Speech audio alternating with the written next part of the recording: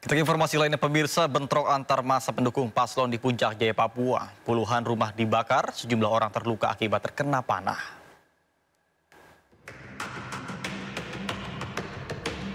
Bentrok antar massa pendukung paslon Bupati dan Wakil Bupati Puncak Jaya, Papua Tengah terjadi pada Rabu siang, diwarnai dengan aksi pembakaran 40 rumah warga.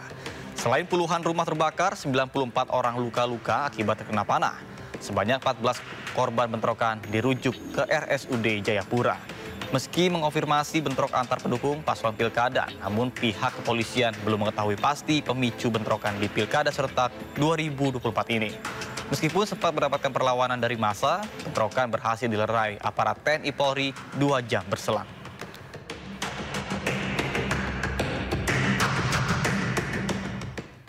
Rekapitulasi suara pemilihan wali kota dan wakil wali kota di Kota Sungai Penuh Jambi diwarnai kericuhan. Akibatnya, proses rekapitulasi suara dihentikan sementara dan akan dilanjutkan di tingkat panitia pemilihan kecamatan PPK.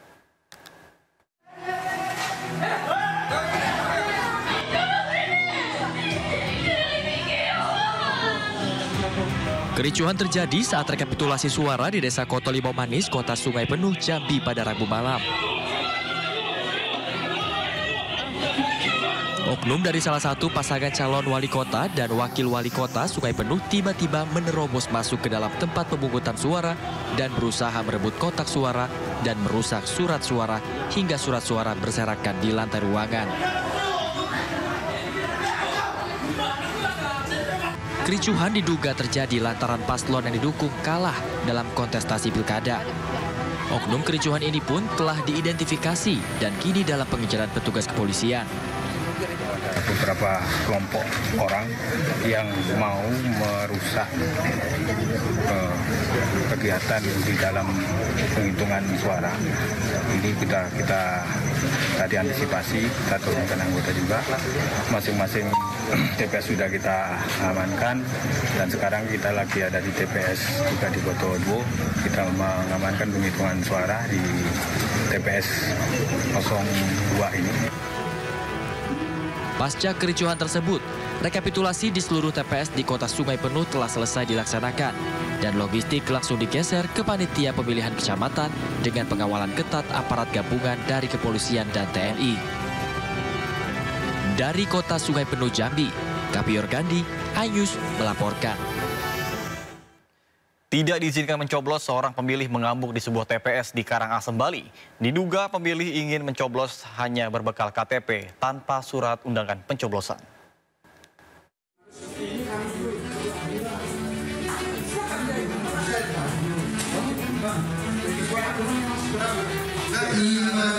Beredar sebuah video di media sosial yang menunjukkan adu mulut warga dengan petugas TPS serta surat suara yang berceceran di lantai.